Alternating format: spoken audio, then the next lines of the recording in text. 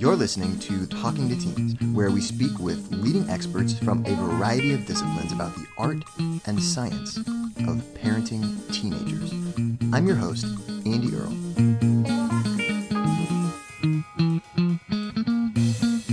We're here today with Ruth Gotian talking about the 4 mindsets that will set your teenager up for success. Ruth is the Chief Learning Officer and Assistant Professor of Education at Weill Cornell Medicine. She has been named the world's #1 emerging management thinker. Her work regularly appears in Forbes, Psychology Today, Nature, Scientific American, Academic Medicine, and Harvard Business Review. And she's the author of The Success Factor, Developing the Mindset and Skill Set for Peak Business Performance. Ruth researched top performers in all kinds of fields, from Nobel Prize winners to astronauts to successful business executives to senior politicians, and looked for trends in terms of what they had in common about how they approached success. And she noticed something really interesting, that it wasn't specific habits that these people had in common, it was specific mindsets. And in particular, there were 4 distinct mindsets that Ruth identified in the most successful individuals that anybody can learn. We're going to talk about what those mindsets are and how to teach them to your teenager today on the show. Ruth, thank you so much for being here today. We have a book here called The Success Factor, and it is about developing the mindset and skill set for peak business performance. Mm-hmm. Can you talk a little bit about where this came from? Because it sort of emerged from kind of research you were doing, and you started noticing some trends. But then the book itself has research, but it also has these interviews. You've gone and interviewed athletes and really successful people from all walks of life. So it's a huge project, clearly. What was the spark? Yes. So, I always felt that people do not wake up in the morning aiming to be average. I really think people want to be successful. And they don't really know how. And they try all these random things, right? They are going to wake up at 4 a.m. because they heard that's what the successful people do. Right. Or they're going to read 5 hours a day because that's what the billionaires do. And it doesn't work. And the more it doesn't work, the more frustrated they get. And, I was a mom of 3 teenage boys, so I needed to figure this out, right? If not for myself, then for them. And I've always been obsessed with success. Who has it, how they got it, how they maintain it, how they retain it, how the rest of us can get it. Yeah. And I have been working around high achievers for a very, very long time, for decades. And I could see immediately that the way they approach things is very differently. The way they take problems apart is very different. The way they synthesize information is very different. So at the age of 43, while working full time and raising my family and having elder care for my parents, I went back to school to study this. And it started with physician scientists, those who have the MD and also do research. Okay. And over the years, it expanded to other extreme high achievers, astronauts and Nobel Prize winners and Olympic champions and NFL Hall of Famers and NBA champions and senior politicians, because I realized that they all have the same 4 mindsets that they do. So we're not copying habits, we're emulating mindsets. Very big difference. And once I realized that the astronaut is just like the Olympian, that was my aha moment. I said, if that's the case, these are learned skills. And if they're learned skills, I'm an adult educator, I can teach them. And I reverse engineered the path, created a blueprint, go all over the world speaking about it, and wrote the book, The Success Factor, about it.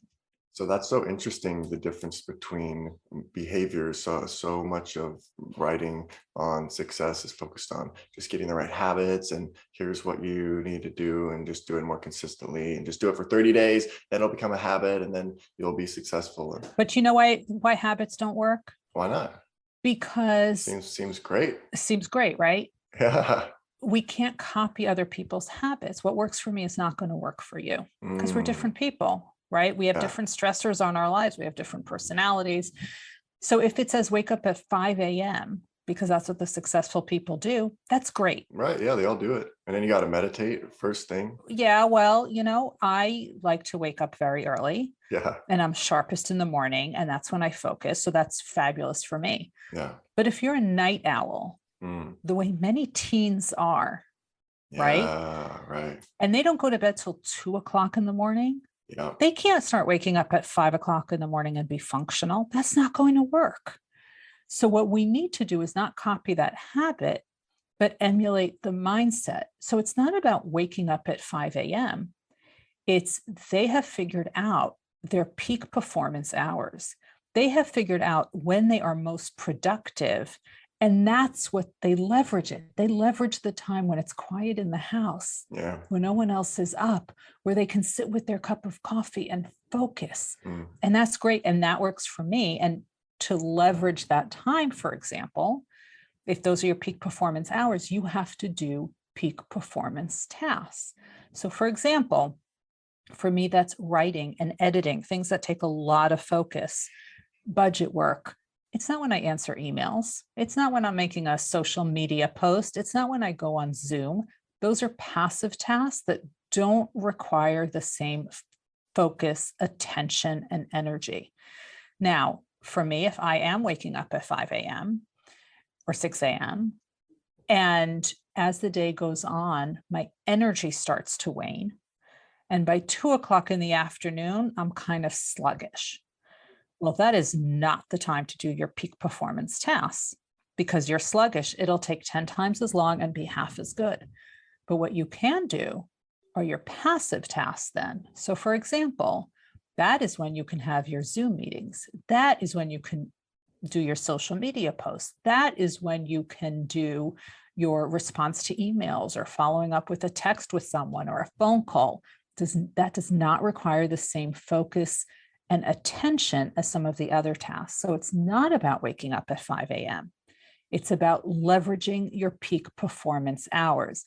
And that's why I say you cannot copy other people's habits, but you can emulate their mindsets. And that's what we need to do. And that's what we have to realize, that what works for us is not going to work for teenagers who have different pressures. They keep very different hours from us. Yeah. Their active tasks are very different from our active tasks, right? Their cognitive load, right? The pressures that they have are very different from ours. So we're worried about our job, our health benefits, our mortgage. They don't know from mortgage, right? They don't understand health benefits, but they understand they have their classes and they need to get an A, and are they in the honors, and we have college applications. Very, very different cognitive load.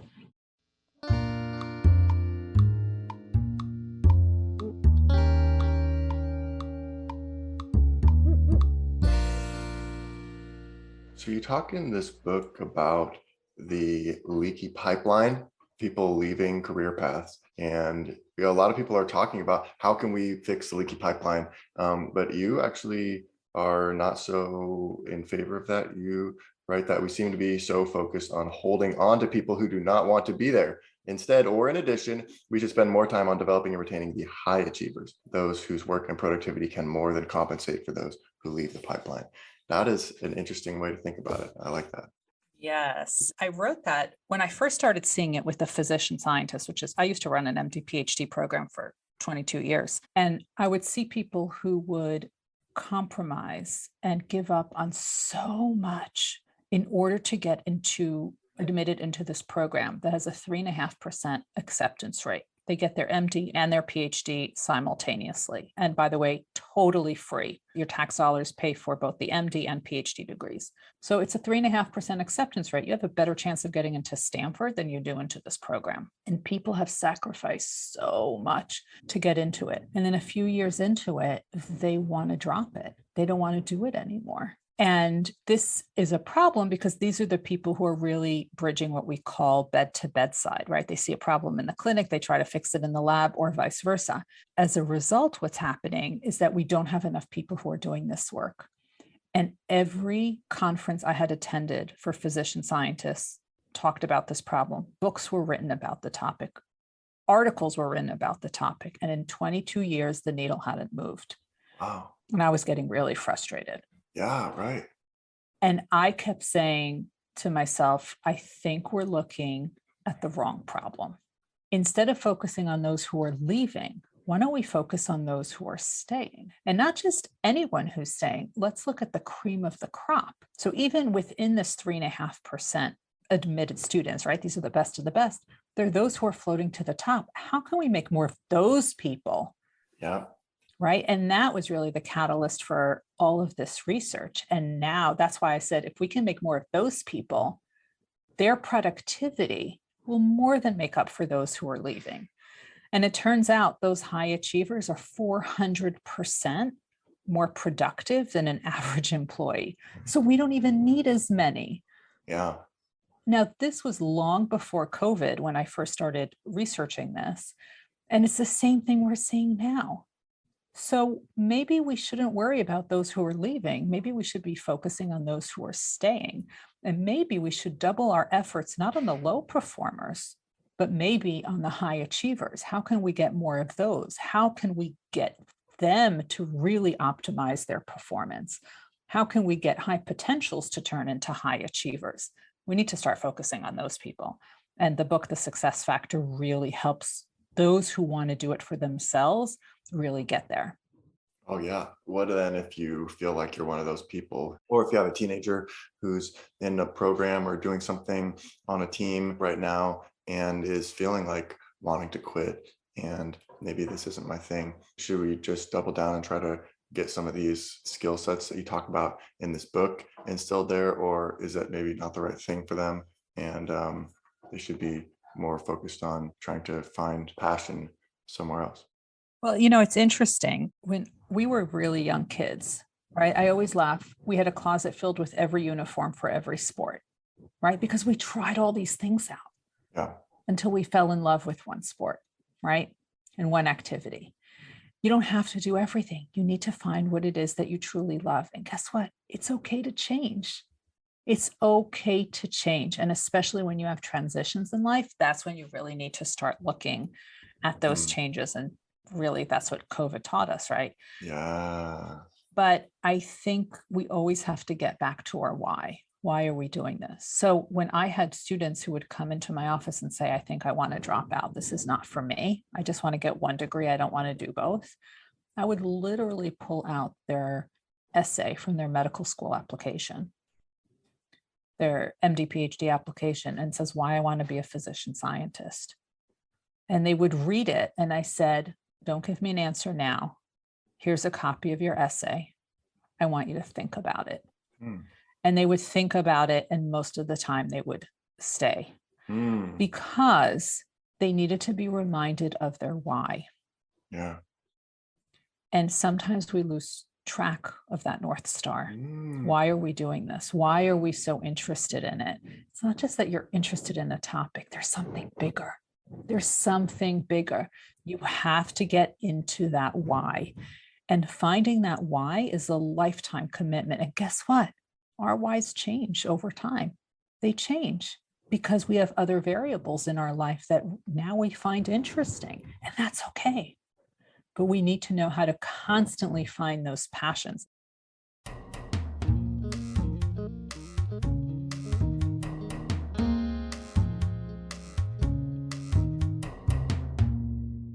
So what do you mean when you talk about having a valence of Velcro versus Teflon?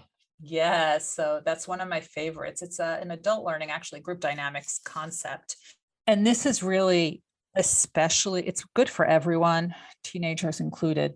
You know how when somebody says something negative to you, or they don't respond to your text message, or they roll their eyes, or they don't give you a like on social media, or any of those things, right?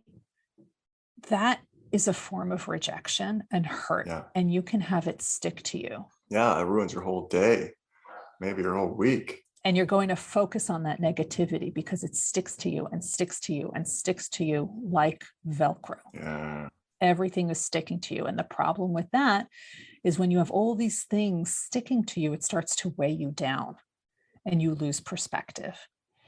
Now, that's a valance of Velcro. You could switch to what's called a valance of Teflon, where those eye rolls and the sucking of the teeth and the turning around and not liking your post on Instagram just glides off of you like Teflon.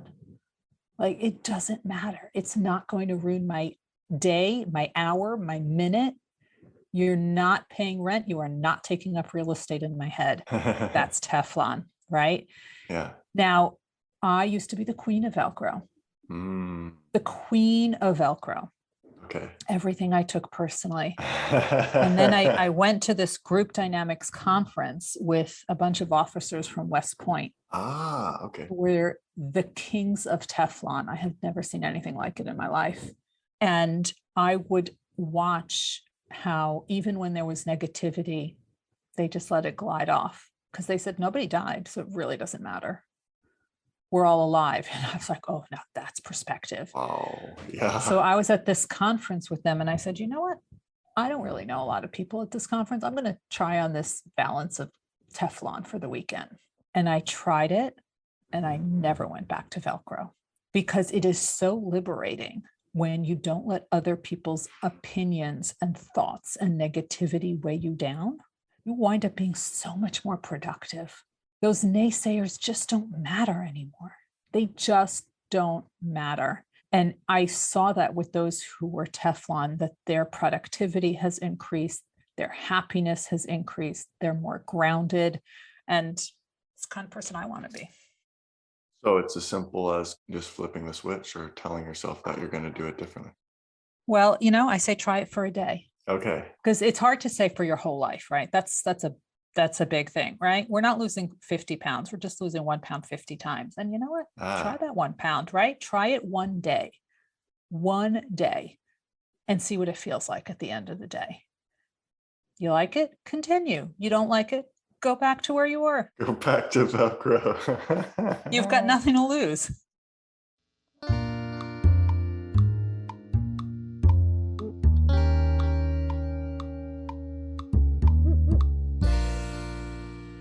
You talk about looking for non-obvious mentors. Mm-hmm. I like that because I think so often when we're thinking about mentors or looking for a mentor, we focus on the really obvious options. Mm-hmm. Yep. How could we help teenagers to expand their mind a little bit or broaden their search for people who can act as mentors? So very often we're looking for people who look like us. Yeah. And the problem is we already know how they think, right? We're raised in that environment. So that's not really giving you another perspective. It's a perspective, but you need, and at any age you should have this, right? All my sons, I tell them to have a team of mentors. Yeah. People from different backgrounds, from different industries, who can give you very thoughtful advice. It's important to have that because they will be able to help you and give you insights that you didn't even know that you need. So of course, your teachers, right? For sure. Friends of your parents, coaches from a sports team you're a part of, your drama teacher, your ballet teacher, people from your house of worship, people from a volunteer organization. All of these people could help mentor you. How do you create that dynamic or relationship with someone who you think would be a good mentor? Yeah, so the key thing is you never actually ask them to be your mentor because hey, when you mentor ask me? Them, yeah, see, that's not a good thing because if you ask them, you're actually asking them to take on another obligation, another job, and nobody's got time for that. But if you ask someone for their perspective, right, and say, Andy, I'm working on this project and I'm stuck on this one part. And I know you have experience in this. Do you have 15, 20 minutes that I could just ask you some questions to help me get over this hurdle? Well, now you're excited because now I've actually tapped into your ego, right? You've got experience in this. Oh, yes, I am good at this. Yeah. Right. Now, you don't need to be the world expert. You just need to be the expert in the room. You need to know more than me, right? And now you're going to notice that I'm asking good questions. I have good insight. And then you'll say to me at the end, you are really on the right track. Let me know how it's going. Let me know if you have any other questions. Yeah, right. The start of a beautiful relationship.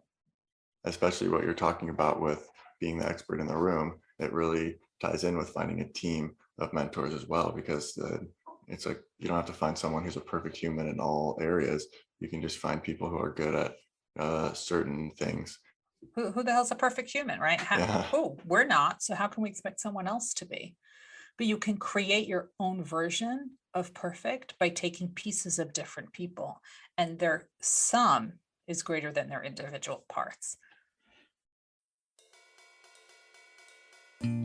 We're here today with Ruth Gotian talking about the 4 mindsets that will set your teenager up for success. And we're not done yet. Here's a look at what's coming up in the second half of the show.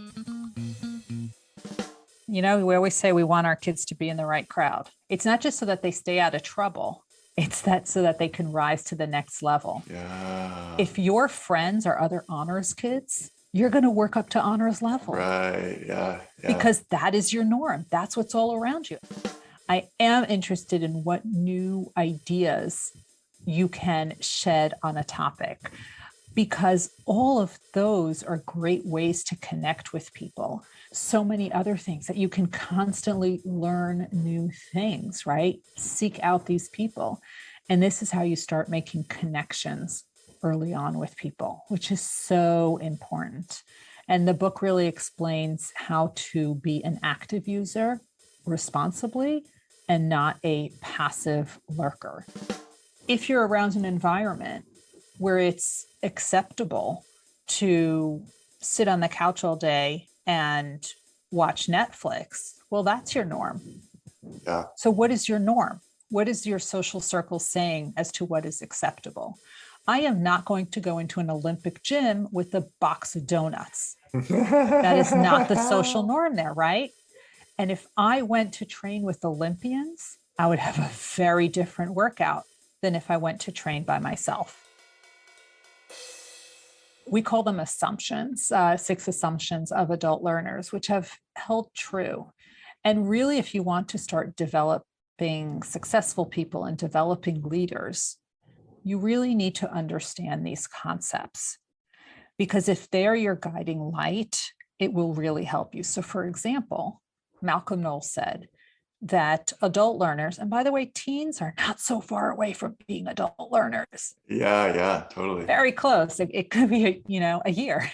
They want to be included in the process. They want to understand what's in it for me. So if I'm going to teach you something, I need to make sure you understand how it's relevant to you and your life. Otherwise, the information is just going to boomerang off you. Want to hear the full interview? Sign up for a subscription today. You get access to all the interviews I've conducted, as well as new episodes weeks before the general public. It's completely affordable, and your subscription helps support the work we do here at Talking to Teens. Thanks for listening. I'll see you next time.